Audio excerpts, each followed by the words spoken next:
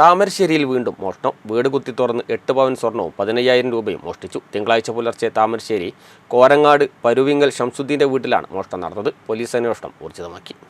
താമരശ്ശേരിയിലാണ് വീണ്ടും മോഷണം നടന്നത്. തിങ്കളാഴ്ച പുലർച്ചെ വീട് കുത്തി തുറന്ന് മോഷണം നടത്തി. 8 പവൻ സ്വർണവും 15,000 രൂപയും നഷ്ടപ്പെട്ടു. മോഷ്ടാവിൻ്റെ CCTV ദൃശ്യങ്ങളും പുറത്തു വന്നിട്ടുണ്ട്. 1.5 മാസത്തിനിടെ സമീപത്തെ 8 വീടുകളിലാണ് മോഷണം നടന്നത്. താമരശ്ശേരി കോരങ്ങാട് പരുവിങ്കൽ ഷംസുദ്ദീൻ്റെ വീട്ടിലാണ് മോഷണം നടന്നത്. ഷംസുദ്ദീൻ്റെ പിതാവിന് അസുഖമായതിനാൽ വീട്ടുകാരെല്ലാം മുക്കത്തെ സ്വകാര്യ മെഡിക്കൽ കോളേജ് ആശുപത്രിയിലായിരുന്നു. തിരിച്ചെത്തിയപ്പോഴാണ് മോഷണ വിവരം അറിഞ്ഞത്. അലമാരയിൽ സൂക്ഷിച്ച 8 പവൻ സ്വർണവും 15,000 രൂപയുമാണ് നഷ്ടപ്പെട്ടത്.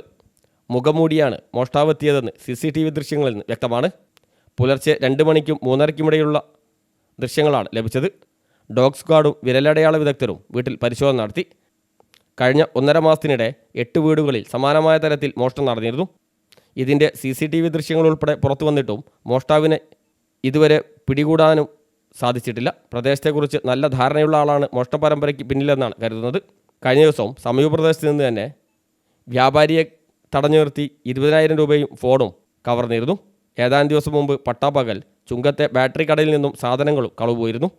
തുടർച്ചയായുള്ള മോഷണങ്ങളിൽ നാട്ടുകാരും വലിയ ആശങ്കയിലാണ്. നമ്മുടെ കോരങ്ങാട് കെട്ടനകയിൽ പ്രദേശത്തെ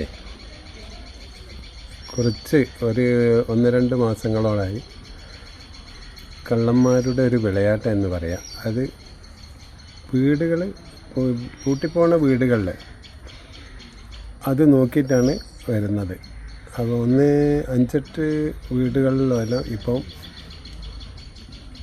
ഇവർ വരികയും വീട് തുറന്ന് കുറേ മോഷണങ്ങൾ നടത്തി.